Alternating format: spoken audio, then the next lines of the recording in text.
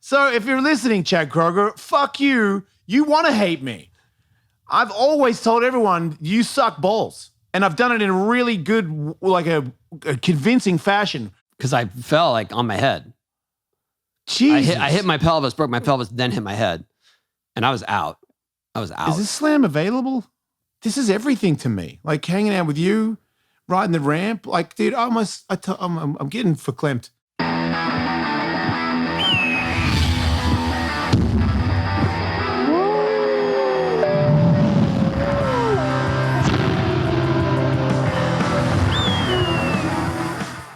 Can you give us a brief history of Bob's your uncle? Did you know that my brother, welcome to the show, by the way. Did you know that my brother listens to this show? Yeah. And then my brother heard you talking about my Bob's your uncle and you need to explain what that really is. Yeah. He notified me that my grandfather, when his wife passed away, my grandmother passed away, he started dating this lady that was the same age as my dad, maybe a couple of years younger. Okay. And she had a couple of kids and then she kind of moved in and then they had a kid. And my granddad was a granddad when he had the kid. Okay. He is my uncle. And his name's Bob? His name's Bob. So Bob's your uncle? Bob's really my brother called me to say, hey, just so you know, Bob really is your uncle. Bob and I was is your like, uncle. No. So yeah, it's two things for me now. Bob's your uncle means it's like it all works out. Today, are you gonna do Keith with Benny? And you're like, Bob's your uncle. Yeah, you know it. Damn right. If you ask me, I'd be happen. like, I don't know, Bob.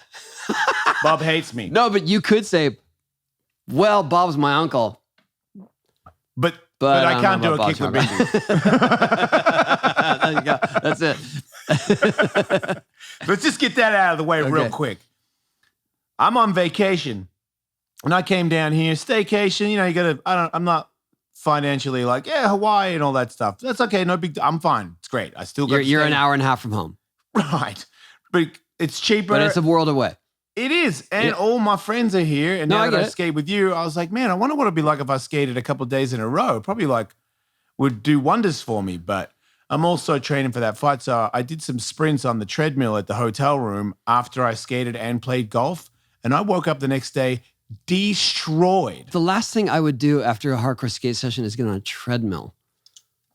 And do sprints. I sprinted for 7 minutes. Why? Straight. Because you got to do sprints to get in fight shape. Oh, okay. It's not good, but it's how you get your See, cardio. that's why I don't fight. That's the only reason I don't fight. Just because I don't want to sprint. It's a good idea. I'm going to say the same thing as you in 6 months from now. I don't do it anymore. Why? Because I don't do sprints, man. Because I don't do sprints, idea. Yes. So, yeah, I went and saw a physiotherapist last night after skating and then again this morning. I got to say, so I've been skating with you all those days. Right. We went 4 days in a row, right? Yeah, I think I missed one day, but yeah, 4 days total. Okay. 3 days in a row. And yesterday you looked worked. Yeah. Like worked to the point where I felt bad that I felt like somehow I was summoning you to skate here and then you were just getting destroyed. Like every time, maybe every other time you fell, you weren't going to your knees because your knee hurt. Yeah. So then you're like, there's like this car crash thing happening every time you fall. And it was hurting And then badly. you're getting up like an old man trying to pick himself up because he got pushed. And then you like barely get your way to the couch. And I'm watching this happen. I was like, is he done? Is it like, not just done? Like, is he done? Oh, wow. Oh, wow. Because you were looking like it was just over. And then you take your helmet off, you sit on the couch. And next thing I know, you're up on the ramp. You're up on the deck, dropping in, same thing. Okay. And then, well, hold on. Let me just finish because then you came today and probably the second run was better than every other day. Right. And you were like, something clicked. And I just said, what happened? The lady said when I went and saw her last night that I was the most crooked, injured person she'd seen. And she's like, your hips are completely off. You're not firing off like half your leg muscles. You're just compensating and using this and this. And got the ache out of my hip. It was pulsating, dude. Like in between rides, I was touching my toes because when I touched my toe on my left foot, it made the ache go away. Okay. So the only time the pain wasn't there is if I did a stretch. I see. As soon as I stood back up, it started aching. Yeah. So that took a lot out of me. But I also did. I could be wrong, but I got a fucking heart condition, dude. And it's like maybe it gets bigger and I have to get a heart transplant and I die. Or maybe I just die because it doesn't work anymore. These are like, this is everything to me. Like hanging out with you, riding the ramp. Like, dude, I'm getting verklempt just thinking about it. Like watching my friend Jake Brown change a diaper of his child last night. And I started to get verklempt because we're so much older and he's being a father and you had no chance of being a father. Right. Yeah. You know, and now you're doing what you should be doing when you have a baby. And I'm so proud of you. Yeah. And I'm alive to see it. And I don't know how many more days I have. And it makes me cherish it. You know, like it's a special event where it would have been funny and that would have been the end of it. But to me, I was like, I'm witnessing a fucking miracle right now. Like Jake Brown transformation. He made a baby and he's taking care of it. His wife wasn't there. Yeah, accepting responsibility. Yes. That's awesome. Yeah. So I was very proud of him. And then also being here, I'm like, you might not make a kickflip mini ever again in your life. So you keep trying because if you do make it, you made one more before you die. Right. So it's all one more before I die. You know, I just want to. No, I feel you on that. But I did see the shift in your confidence and your balance and also just your approach. Cause it was suddenly, I was like, wait, that is not the dude that I just skated with a day ago. Right. Like that is a whole different approach. It's like Simone Biles, like where she, couldn't get the spins. Yeah. And then she came back and it was like, oh, there she is. Yeah.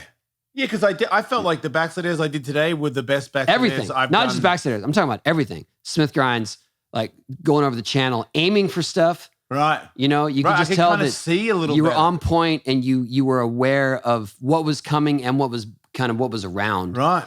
So it just something, and what that was it. You got some body work done. Yep. It definitely, she said she was like, your half of your legs are not firing off. You're only using a certain couple of pieces of muscle in your leg because everything else is so damaged that your body has switched it off. And it's that stunt that she said, I was like, I did do a thing the other day where I missed a landing ramp and I flew like 40 feet onto my ass. And she goes, yeah, that would do it. That might be part of the problem. Yeah. But anyway, and so long story short, we were, the first day we skated, we were on a mission for kick bendies. Came up short. Yep. Came up short. And then the other 2 days we skated, I was in video mode. So I was shooting. You made a bunch of stuff. I was doing some stuff that I'm working on. Thank you. You were fully committed to kickflip bendies all those days. Yeah. And then today, I was back to kickflip bendies. You got into it here, and we both fully committed to one. I got denied and you got away. Mine, I went squatting onto the flat. But you got whipped out pretty hard. I got whipped out. I got a butt splitter. Yeah. I got a butt splitter. There's a lot of those going around lately. Yeah. Almost turned into a shark, but wow. Kept it in. That close. Good for you, man. Yeah. Don't give up, you know? You still got it. Yeah. Glad you can keep your shit in your butt. Yeah. And then you committed to one. Yeah. And it looked like it was another scorpion to the head. Yeah. But I managed to get my head out of the way. I hit my thumb and my elbow. I don't know. But it was a lot. It was a full slam. Yeah. Full slam. It was like justified, we're done. Yeah. Yeah, I didn't have much left in me either. I was like, I'm so sore from all the other days and my hip is kind of tweaked and it's starting to ache again. I was like, I don't have that much more. But I was less angry because I was like, I can tell I've suffered and I'm getting denied this trick that I really want, but my setup air is 10 times stronger than it has been since I've come back. Yeah. And that is good. Just to be in the air and I'm like, I see you landing and then you go doof, and I'm like, yeah, man, that's how I recall doing backslid airs. All the last couple of months, every backslid air I do is a backslid air that some other guy does. I don't do those. that you just threw it on your feet. They're just unacceptable. Like I feel like I'm doing that in the air. And then I'm like, what did you see when you were in the air? I'm like, I don't know. I really don't know where I'm looking. I think I black out a little bit. But today, I understand. Yes. I'm like, there it is. There it is. You know, like, there I am. I was like, hey, there you are. Like, even the kickflip indies, I was like, you're getting closer. I couldn't tell for the first 2 days what I was doing right or wrong. I was like, it's in my hand. It's not. I'm like, I can't tell you what I'm doing. That's how I felt on our first day until the very end. And then I started clicking into, oh, I remember how this feels, and I remember where to catch it, but I was too tired by then. So then today I tried to summon that feeling, and then finally got it. Yeah, you could tell you kicked it into overdrive. I just look, it didn't make it, and it was been a long time, but you did throw one down. You didn't break me, Kickflip Indy. That's all I'm saying. Like, I'll be back, and I will get that because I'm getting better every time I come here, and I will get that, and let that be a lesson to everybody. Sometimes, I probably will never do one again. I don't blame you. That's how I feel. You got a lot of cool tricks that you can still do. It's just such a struggle, and at some point it is almost embarrassing that it's days on that. Yeah, and I'm just like, why? I never was really that good at it anyway. I mean, I could throw one down in a session for sure, but knowing that I'm just wasting so much energy on it, I'm just like, no, that's it. So that was it. That was my last Kickflip Indy. Right. I feel the same way. I feel like if I make that, I'm not doing another one for anybody. But I don't have the same sense of closure that I do of other tricks. Why is that? Well, I don't know, because it wasn't that. Well, for one, that's not my trick. Yeah. And for another, like that's just a basic trick for most vert skaters, right? Yeah. So you know what I mean? Like there's other tricks that I've been sort of closing, that I've had closure on. And they're the ones that you invented as well. Some. Is that the one? Yeah. Like, does that mean more that you invented it and you? A little bit, yeah. But also just the idea that, like I did a stale 5 not too long ago. Oh, for sure, that's my last stale 5. Yeah. And I know not that many people can do them anyway, so I feel good about it. Yes, it is my trick, but also even if it wasn't, it's just like I know there's only a dozen or so people that even do that trick. Yeah, Kickflip Indies all day, every day. People are doing them. Little kids are doing them below coping. Right. It's just not something to aspire to necessarily. Yeah. And so for me, it's just like, all right, I did it. I don't want to do it again. Great. When you never really did. That wasn't your trick either. Like, to me, that was one of my tricks that defined me as a professional. Like, if I did one of those, you knew I was good because I would throw one of those, no problem, up in the corner. And it was, the way you did it was unique. So it was just like, oh, you could see a silhouette and be like, oh, that's Ellis. Right. Kickflip Indy. And now, I could, all those days where I'm like, even if you make it, this isn't one that you've done before. This is some weird bum thing that you're doing. Yeah. You're just gonna scrape one. I remember you saying, you're like, dude, it's gonna be like a Hail Mary because there's no time. And then today, because we're not blasting. Right. Today, I was like, you're 2 feet higher than you were yesterday. 2 feet. It's just enough. It's enough to be like, is it on or isn't it on? Like, and I feel like the next time I come, I think I get another foot. Like, I feel like I'll be more stable. I'll get new shoes. I've melted my shoes down to the sock today. So did I. I put on new shoes today. Maybe that might have helped me. Right. I feel like new shoes are good for kickflips. They can be, except for you don't get that sort of roundness around your toe. What? Do you know what I mean? Like there's sort of a roundness where you do knee slides, and also there's a scraping from your toe. Yeah. So that's okay. So you've rounded your shoe off a little bit. I didn't. Right, because that's what I'm trying to say. Kickflips are easier with the brand new sharp shoe. I don't agree to that. Oh, I don't agree with that. But okay, because the less attached you are to your board, the easier it is to flip and catch it. Yeah. Like, I feel like when I've got like old school me that never took my feet off in the 80s, I used to have my shoes worn in to skate vert. I'm not wearing a brand new pair of shoes. That'd be ridiculous. Right. So I feel that same way with specific tricks. But certain other tricks feel way more solid if my shoes aren't worn in. Right. But Kickflip Indies, I need to worn in. Oh, okay. That's where I'm at. That's what I was getting to. Okay. But other tricks, like especially big air spinning tricks, I like the new shoe feel. Feels like I'm rocking like Doc Martens. Yeah, just solid on the more board. padding too. Yeah. More padding, yes. So not only are you a madman on the ramp, because you did some stuff the other day where I was like, man, blunt slide over that thing. No fucking way I would do that. You're out of your mind. Oh, blunt slide to fakie. Yeah, that's crazy, dude. And then big spin backside lip. I told the boys last night, and they were like, what? I'm like, yeah, man. Just... I didn't do it to I did to Smith. Oh, yeah, sorry. Yeah. No, but I mean, it's funny because it looks awesome. Part of me feels like that trick looks cooler or harder, but I was having a hard time going to back lip. Oh, mate, Ellis, mate, and Birdman, mate, talking about feels, mate. I should probably get mate out of it a little bit so you understand. CBD, as an older man and an athlete, not incredible athlete, one of the greatest of our time. Sorry, I just got to, not you, me. Yeah, I know. You're pretty good too, but I am on the cutting edge. No one's as fit as me. Okay, I'm going too far, but I'm getting pumped. You know what? I've had a lot of pain. Let's have a pain contest. You write down how much pain you've been in, and I'll write down how much pain I'll get someone else to write it because I can't do that. But if I got someone to write it down, I will beat you easily. Easily.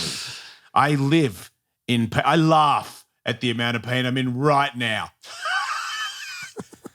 Okay, so CBD. If you don't know about it, it's weird, but it's a thing that comes from a plant and that it helps with inflammation. So inflammation goes down, you usually have less pain. So it helps with injuries and stuff like that, but it also helps with anxiety. So if you're a little bit anxious about things, and it also helps you with your sleep. And if you get better sleep, then you recover, which means your muscles, if they were hurt the day before, so on and so forth. It's very beneficial. And Feels has the great stuff. They've got the good stuff, and they have a membership. So if you sign up and be a member, then we give you, because you're a listener of Hawk versus Wolf, the fattest discount known to discount. Which is? 50%. Oh, that is a huge discount. That's what we're doing over here at Feels. It's not like your little 10% bingo over here. It's just half. And then you become a member, you sign up, you can talk to people, they can give you the right amount, the right one for you. So this is not just like you go to a store and you get CBD. This is good stuff, and you sign up, and there's customer service that can help you, guide you. If I didn't make any sense, which can happen. Start feeling better with Feels. Become a member today by going to feels.com/HawkWolf. Yes, it's both. Hawk Wolf. And you'll get 50% off your first order, and it's free shipping. That's Feels, FEALS.com/HawkWolf to become a member and get 50% off. Automatically taken off your first order with free shipping. Feels.com/HawkWolf. I was trying to do big spin back lip. So truth be told, I'm doing a video part, only stuff over my bridge on the ramp. That's my big reveal here. Yeah. I don't know what's going to be called. You heard it first. I don't know what's going to be called, but I know that I've been focusing so many tricks. Hawk perch. And thought, it'd be a challenge to do that over the bridge. So now I'm setting my goals to do that. And then yesterday I was trying to do big spin back lip over it, and I kept just turning my board too far, and just it looked good. But also, you get spanked on back lips if you come in the wrong way. Yeah. Chicken neck hell. Especially if your back toes are hanging off. Yeah. That's a bad trip to the flat bottom. If your board's overturned, you're going to hang up on the way in. That's bad. And I just never was in the right position. And I went one by accident to grind and thought, well, maybe if I just do to back Smith, I don't have to worry about hanging up. Well, that worked out. And so if one locks in, I'm riding it through. And one did. It certainly did. But I'm going back to the back lip. I'm going to go. You got to, because it's a really fancy move. Go back. I know. I was trying to talk about your car. You scared the shit out of me the other day. I don't know if we have any footage of that, but this guy has a car that I don't really know because I don't care about Teslas. They don't mean anything to me. I could have sworn he was in the same Tesla he had the day before, but he got this weird look on his face. And I'm like, what? And then he comes to park next to my car, and I'm like, what?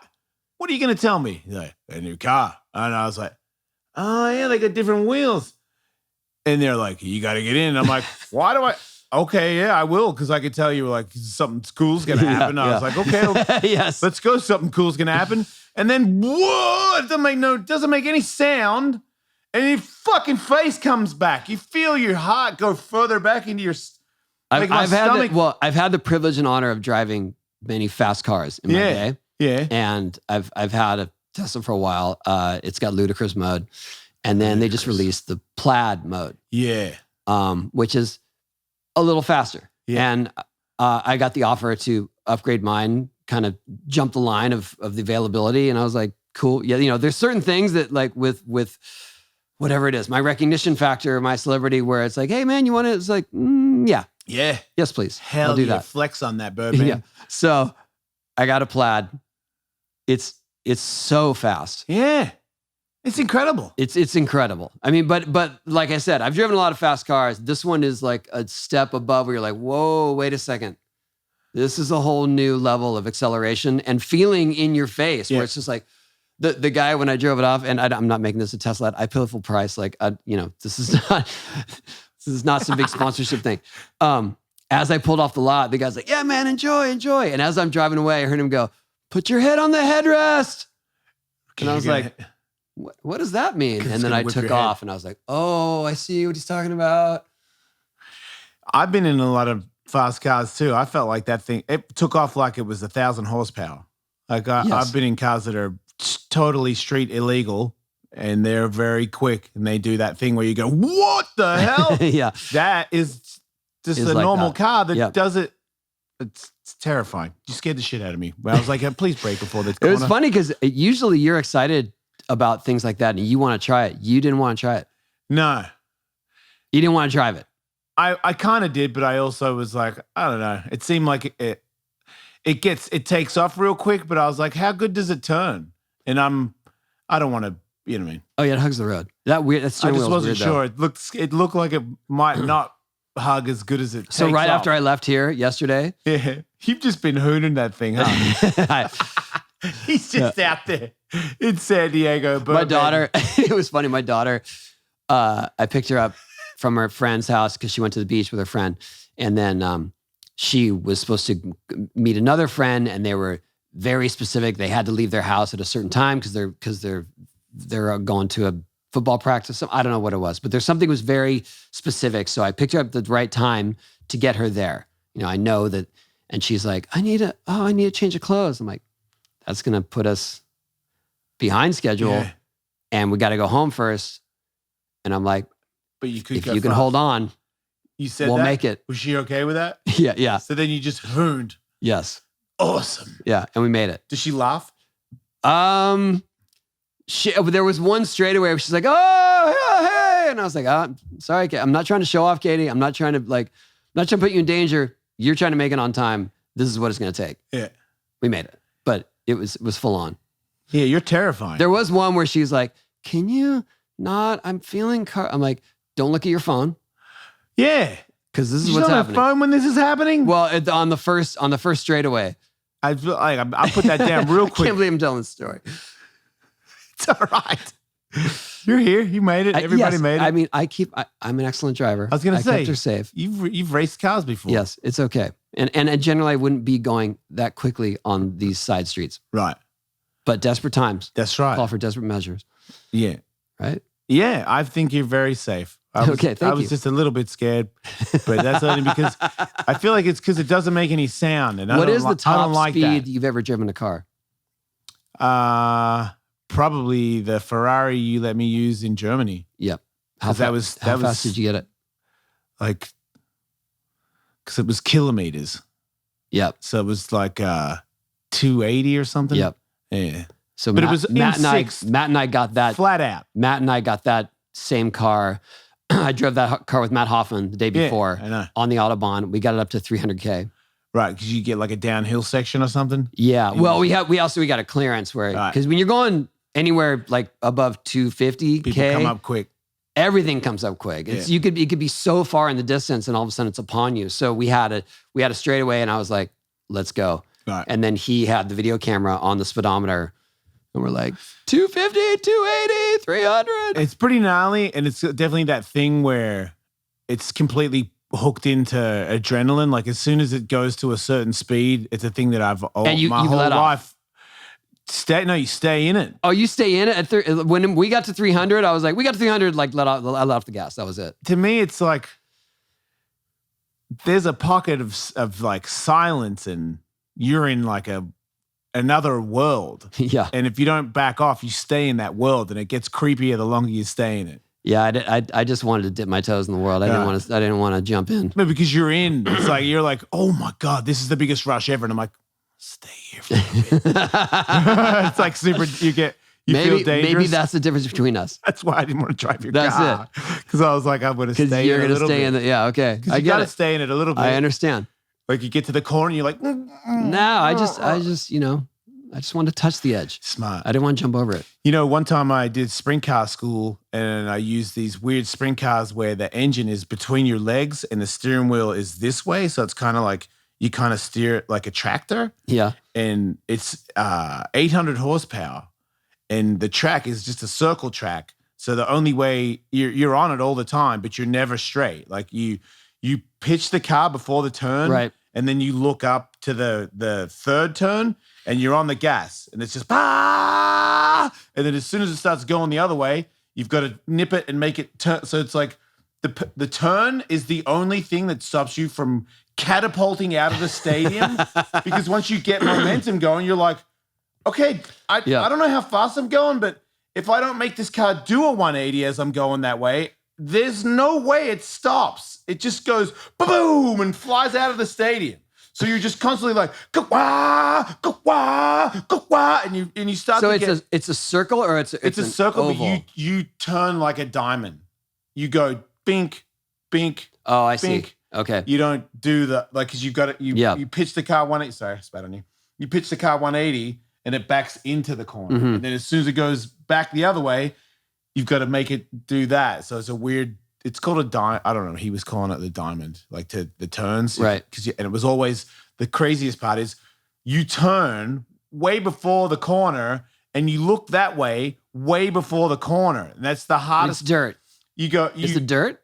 Yeah, but there's little ruts in the turn. So you turn and then you're looking that way, and the wall's coming, like the wall's there, and you want to go the wall, but if you look at the wall, you hit it. So. Right.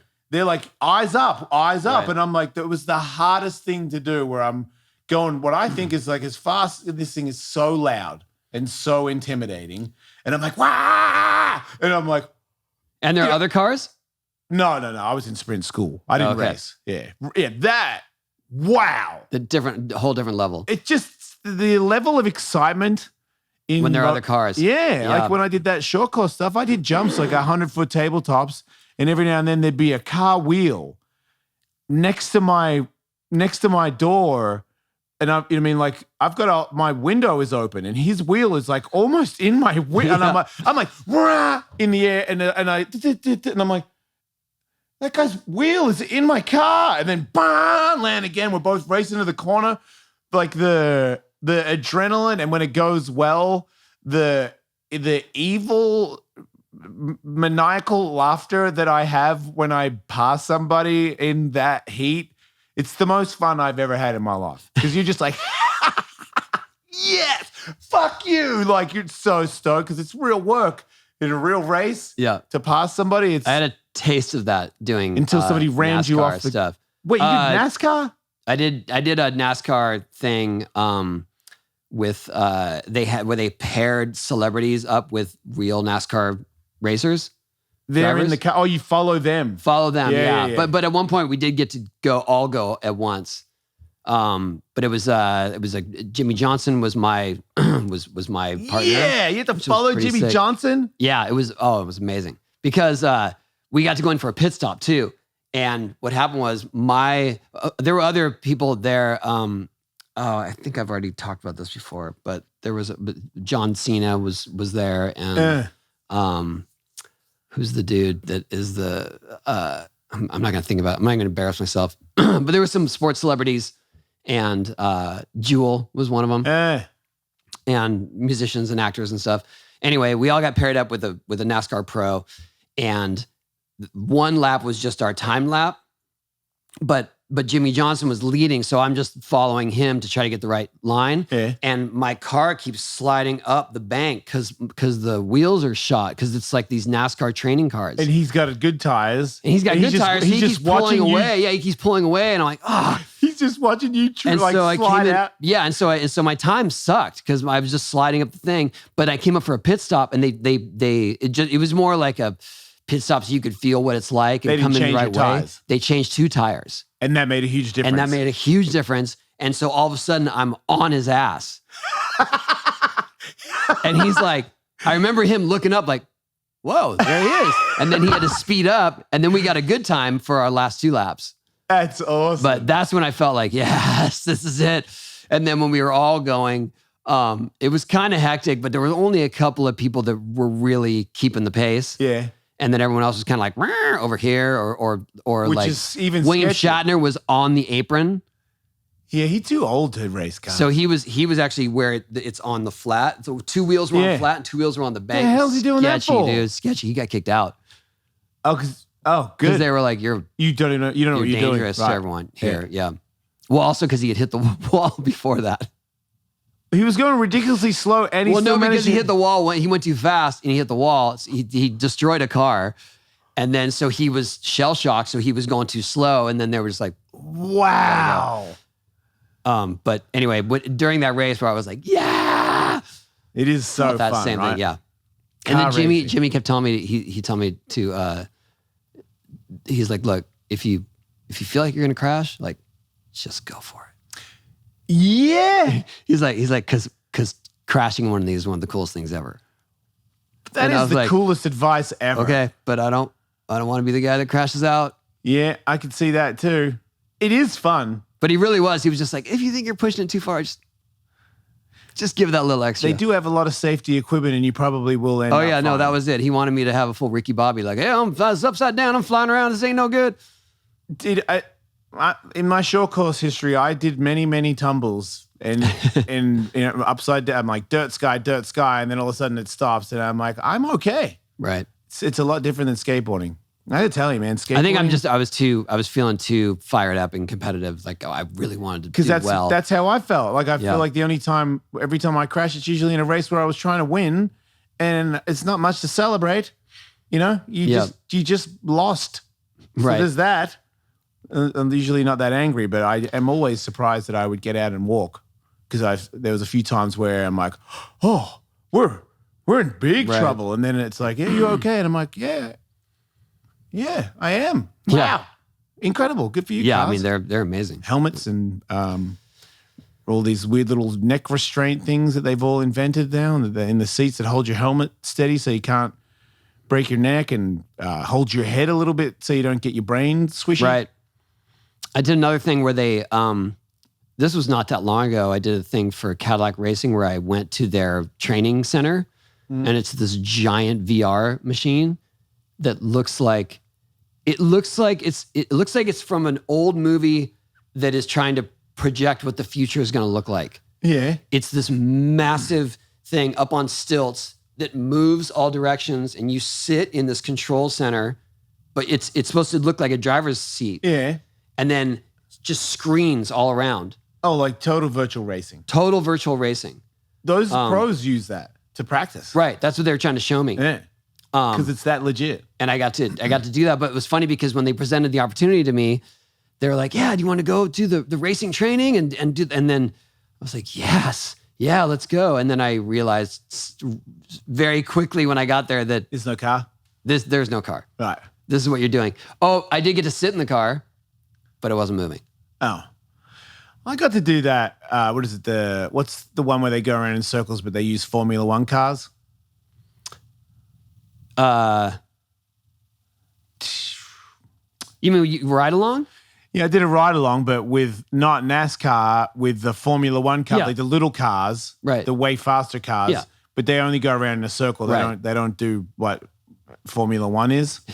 I forgot what it's called. They're not doing Le Mans stuff. They're like but because of Sirius XM, I guess the dude I got to do that once too. Owns Sirius XM. He owned a race team, so we went.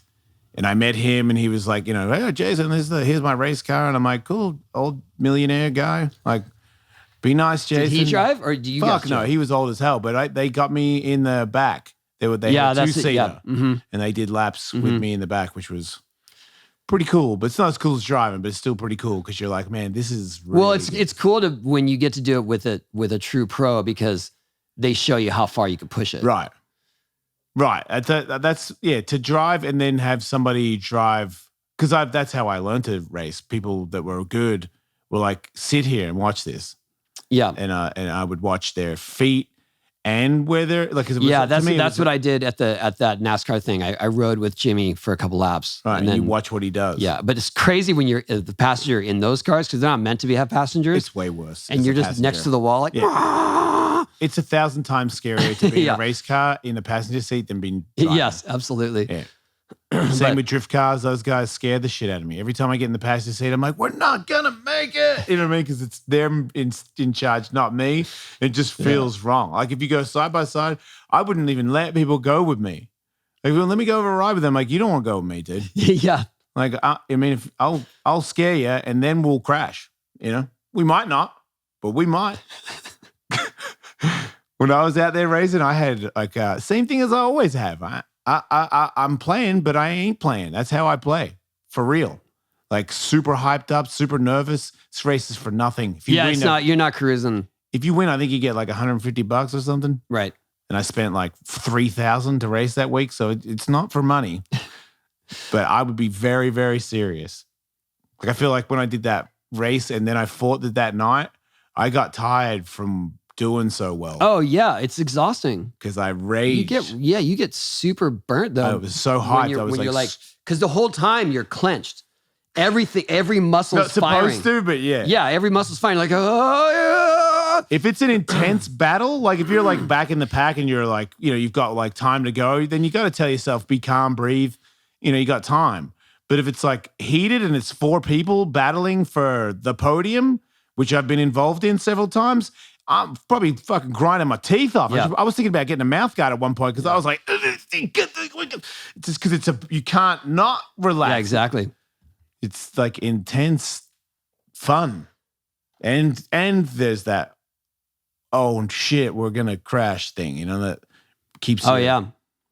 Because you might be okay, but it's also, you know, 60 mile an hour or 80 mile an hour and all of a sudden you start tumbling. It's pretty gnarly. Care who you are. Yeah, absolutely. It gets pretty, you're like, boy, are we okay? A couple of times there I thought. Boy, sure. just in your whole life, you've just been driving and trying to avoid accidents. Yeah. And then it's like, here we go. Good chance of an accident. Yeah. No, yeah. I mean, when I first started, it was almost guaranteed. Yeah. Because I just was so keen on getting to that corner first without any ability. And it was just, I was like, sooner or later, I'll figure out how to make that turn. When I did the Long Beach Grand Prix, we were driving, I can't remember, a Toyota Camrys or some shit. Yeah, but I forget, something like that. Not a race car. Not a race car, but they were all they stiffened the suspension. And had roll bars and the whole thing. Right. So shoot, I can't remember what it was. But anyway, this one dude, I can't remember his name. He was kind of a child rock star. What's his name? I'll look it up. Anyway, first turn out of the pack, he got spun and he was facing the pack, next pack coming through, because it was like kind of 2 packs. Because what they do is they start the pros behind. Yeah. And so we're ahead, and then like pro racers who either are sponsored or who have won the event before, they're start way behind. Right. They're catching up. So the first turn, he's going the wrong way. Spins out. No, he spins out and he's stuck there. Okay. And then the second pack comes through, coming in blind, coming in hot 'cause it's a tight corner. And they've all got to. They just hit him head on. Oh, they hit him. It was heavy, yeah.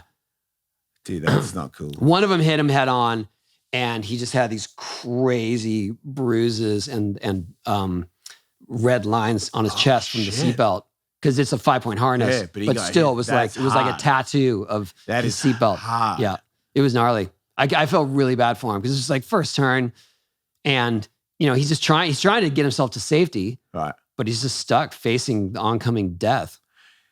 Yeah. Hey, motorsports, man. It's a very dangerous sport. Yes. Most people get away with it. And I feel like, most people get away with it so much that you take it for granted. Because people pile up all the time. And most of the time. And the idea that they're putting random celebrities in that risk factor. It is to not have a real good idea on what kind of person that person is. They're just in the danger zone. I mean, they go through a whole training thing. You have to go and train for a whole week.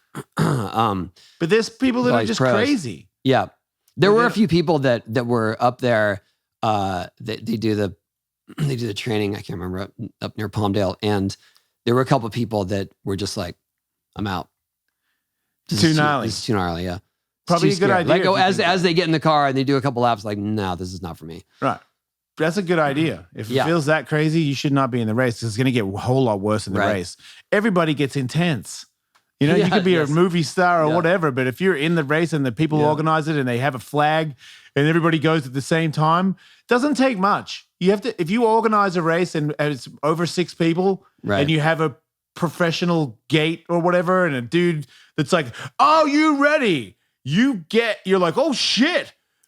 I could win this." Like everybody thinks the same thing and they get 10 times more intense. And that first turn for amateurs becomes the most ridiculous turn ever recorded because they're all terrible and they're all barely going to make it. You know what they did say that I remember the pros that have been there and that were sort of the veterans of that event where they're the ones training, but they also race. Yeah.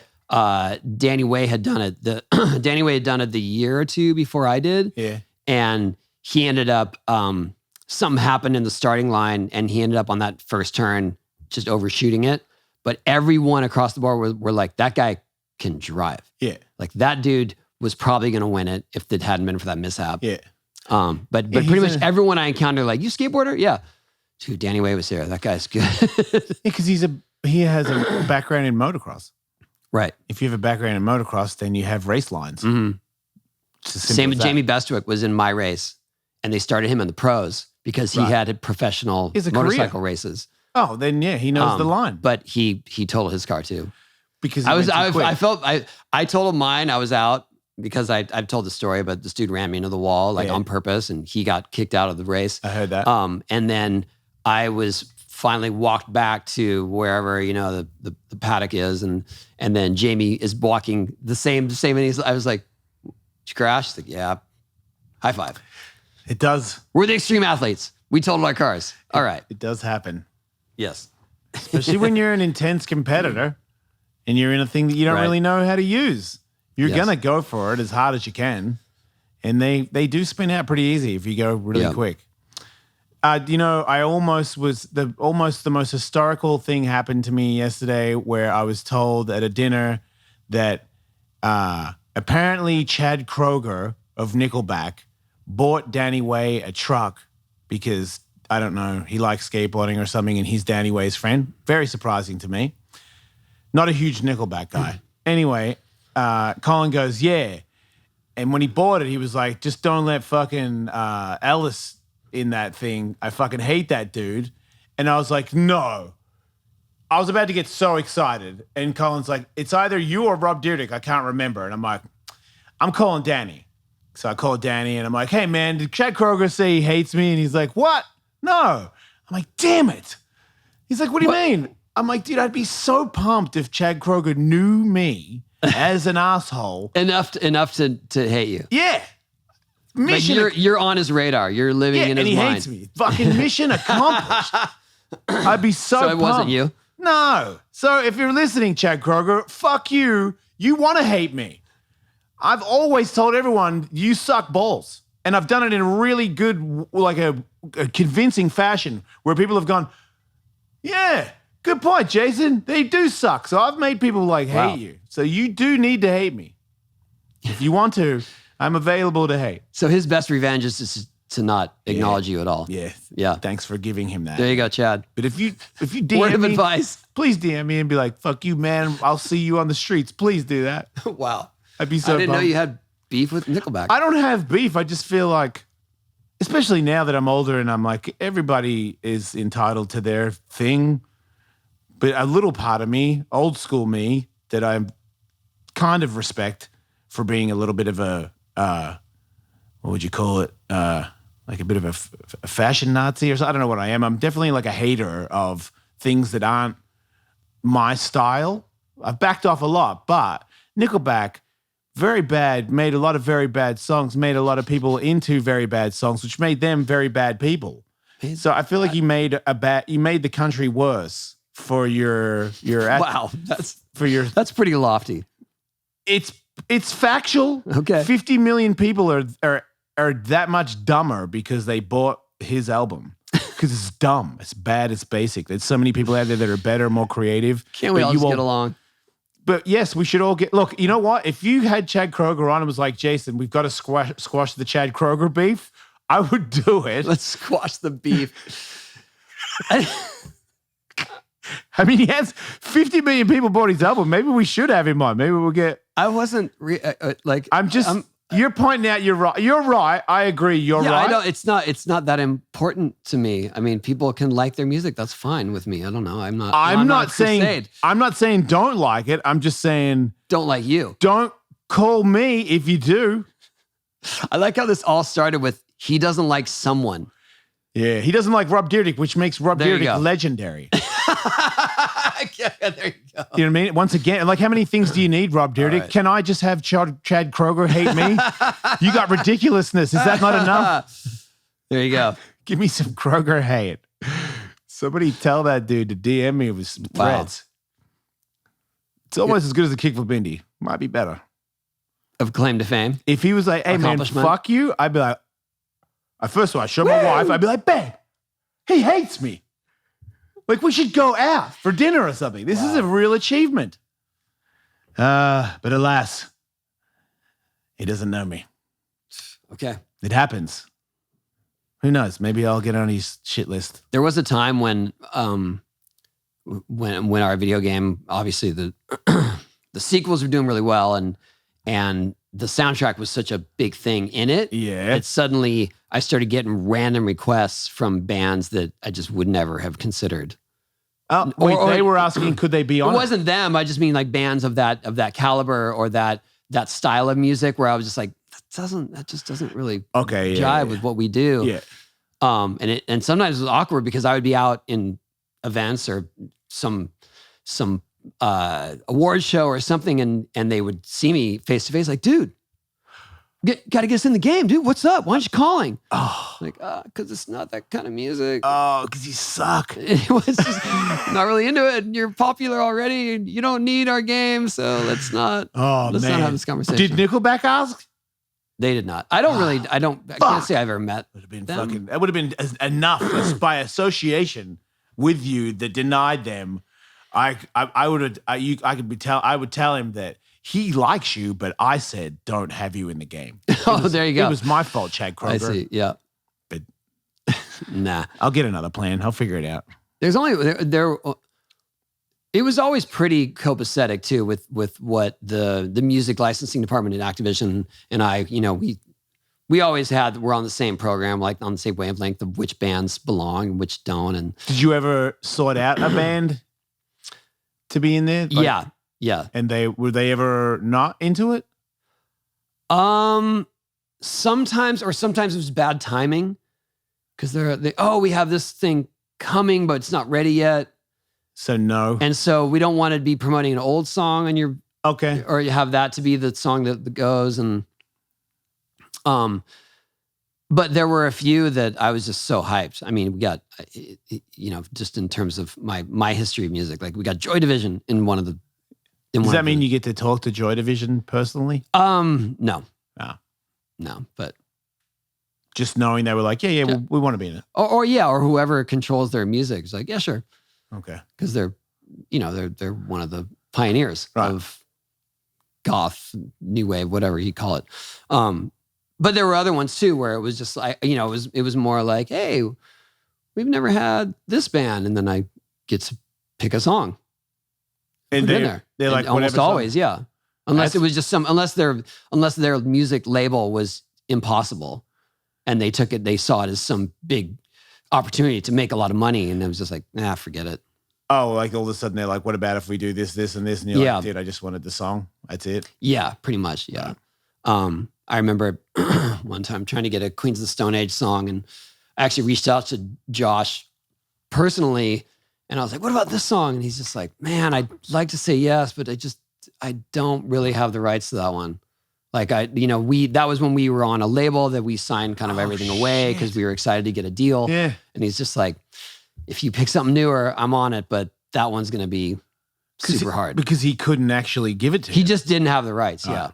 Yeah. Or if we were going to go down that road, it was just going to take a shitload of money and wasn't worth it. Has skateboarding ever done that to you? Like, has anyone had the rights to you for something that you did when you were younger and desperate for a paycheck? I was young. I needed the money. No, they don't do it to us. The one thing that endures is my PAL graphics. These, right? Because PAL owns that trademark.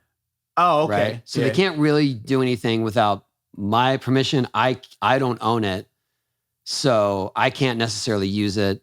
Do they sell those still?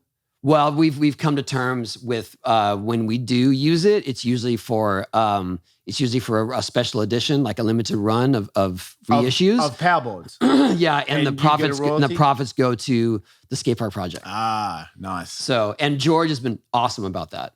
George Powell. Yeah. In fact, he'll actually do special edition boards of put them in shadow boxes, so they're on display. Yeah.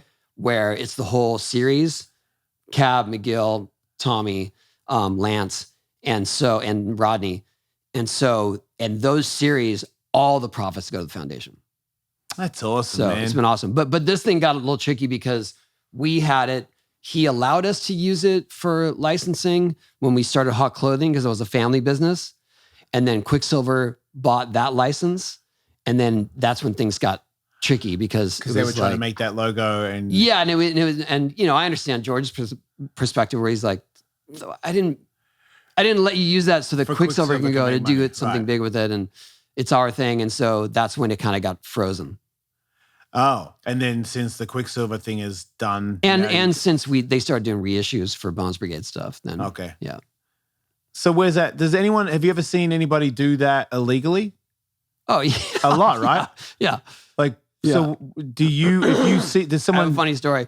Okay, good, because that's what I was trying to get to. Sorry, I'm still losing my voice here, but I did a shoot for Jackass 4. I'm not going to give too much away, but I did a thing for Jackass 4. Yeah. And they wanted me to wear that shirt. Okay. And I don't have any from back in the day. I don't have any from our Hot Clothing days. You don't own one? I don't own one. Okay. I think I found a medium-sized one from when I was younger, and it doesn't work for me now. Fair enough. And what was I going to say? I do have my Bones shirt from Animal Chin, like literally the one I wore during the Animal Chin ramp segment. Is that pink or red? Pink. Pink, yeah. Yeah, I found that because I saw pink and in my closet. I was like, oh, I got one. Oh, it's Bones. But it's that actual one. It's the actual one, yeah. Nice. So whatever, that's cool. But for this, I was just like, oh, and the shoot was coming up within 2 days or something. Oh, I can already tell you're going to say. So I started looking for them on eBay. Bootleg ones. No, I started looking on eBay for original ones. Okay, yeah. And then I found, and none of them were, like one was in Japan. It was like $600. Oh. And it was size medium too. And I was just like, ugh. And also I was like, time was of the essence. I needed it in a few days. Yeah. And so I reached out to, I found a place on eBay that's just bootlegging all kinds of 80s skateboard shirts. Yeah. And they've got your shirt, plenty of them. Oh yeah, they've got mine. Well, so what I did was I sent them a message and I just said, look, I need one of these. I'm not going to bust you. I'm not going to be the guy to tell you to stop doing this. I just need one right now. Like, can you FedEx me one? And they're like, full panic. I could just tell. I could feel the panic in the message back. Yeah. Like, oh no, I'll stop doing that. I'm really sorry. And I actually make the orders once someone puts the order in. That's when I go make the shirt. So I'd have to go make it tomorrow, and then I FedEx you. I don't think you're going to get it in time. And I was like, oh, okay. And they said, but I could send you the screen. The graphics that they use to screen it. Yeah. And you screen your own one. And I was like, do that. You screened your own Tony Hawk t-shirt. Yeah. And did it work? Oh, yeah. Oh, it's awesome. Do you still have it? I have 2 of them, yeah. You can screen Tony Hawk t-shirts right now. Oh, do I have the screen? Yeah. Well, I mean, yeah, I have the screen, but I'm not going to make it. Like I can't. Why not? Can I? I'm going to go into business. I'm going to make Tony Hawk t-shirts, screen them in my garage. There's a few copyright issues with that. One that, like I already explained to you, Pal owns the trademark. First of all, I have an EPS Photoshop file so that I can make a shirt for myself. I'm just trying. And that's from the bootlegger. I just think it's great that you could whip one up for somebody.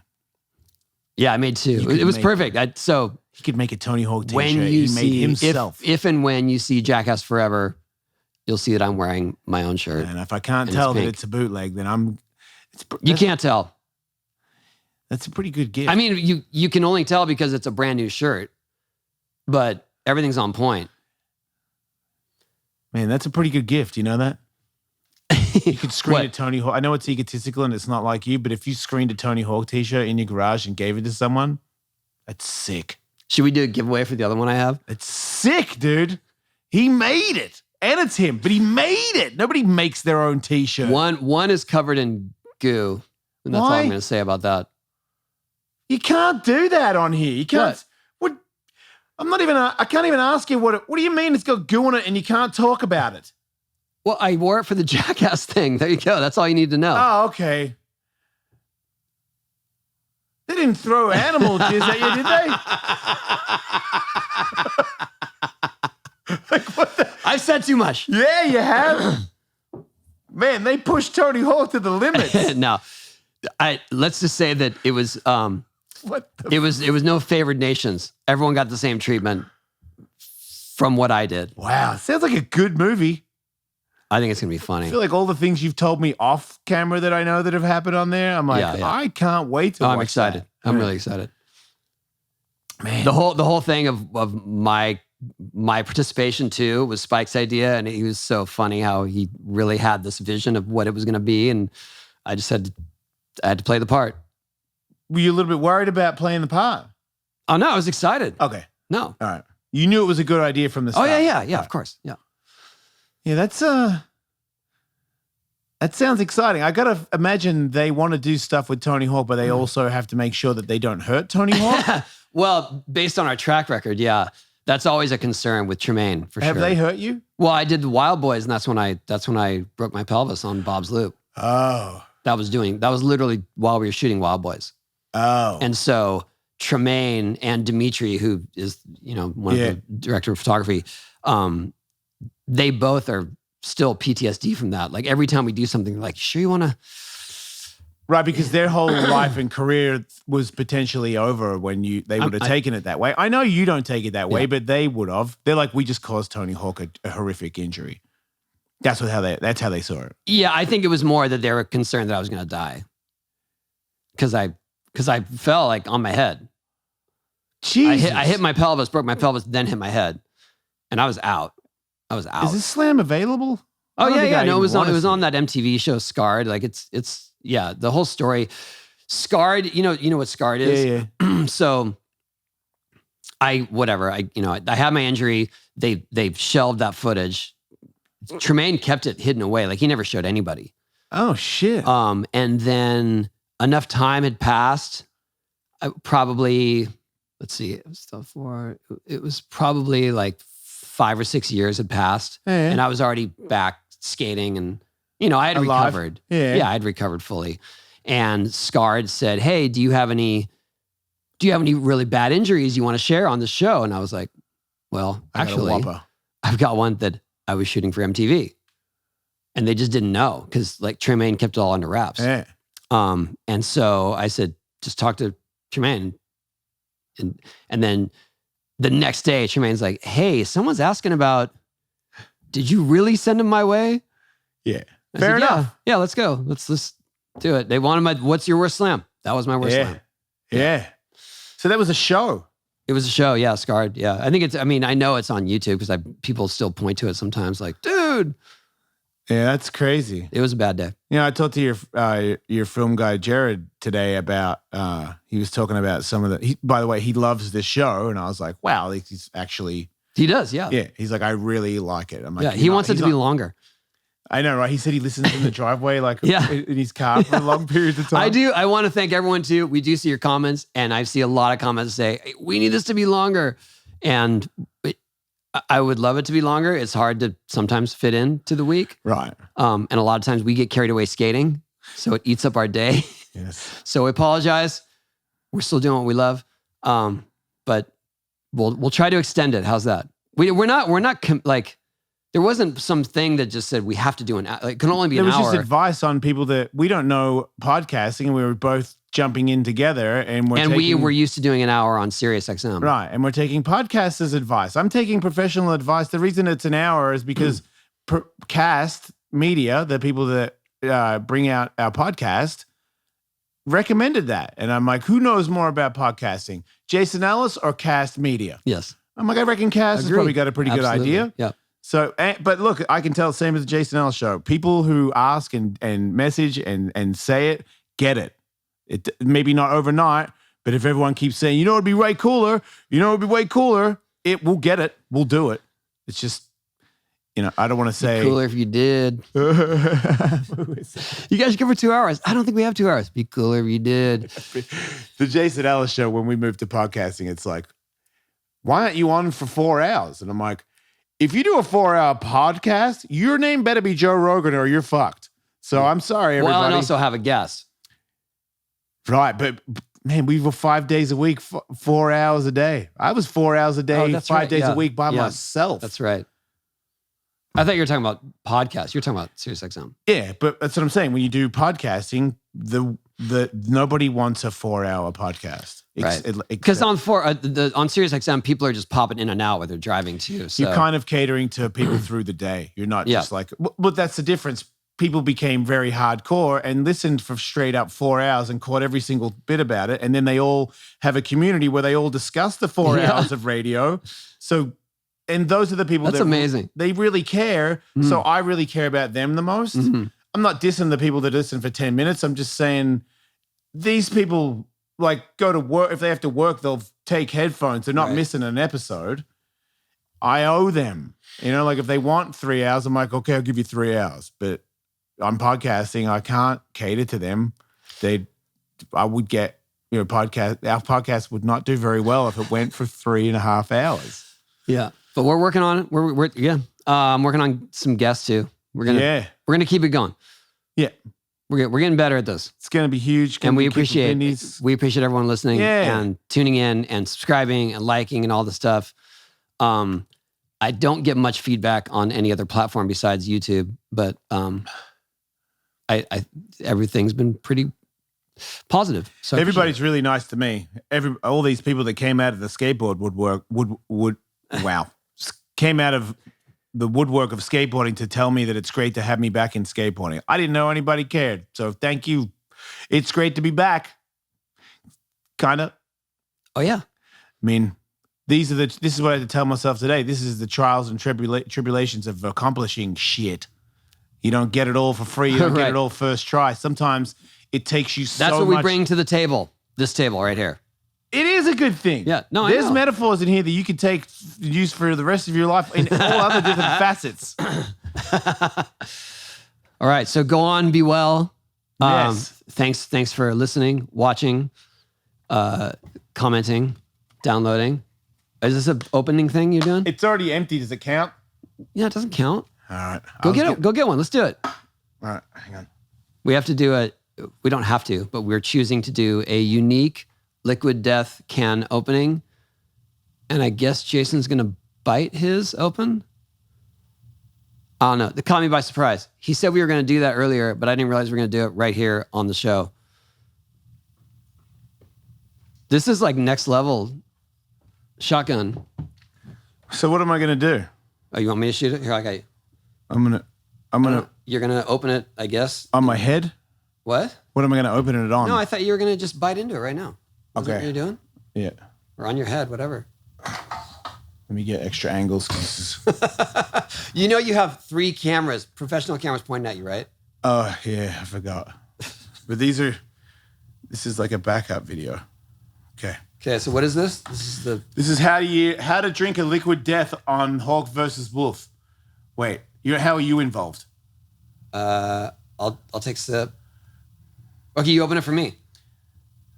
Okay. I don't know. Yeah, I'm gonna. Yeah, It's I'm involved. I'm encouraging you. I'm videoing it. Liquid Death.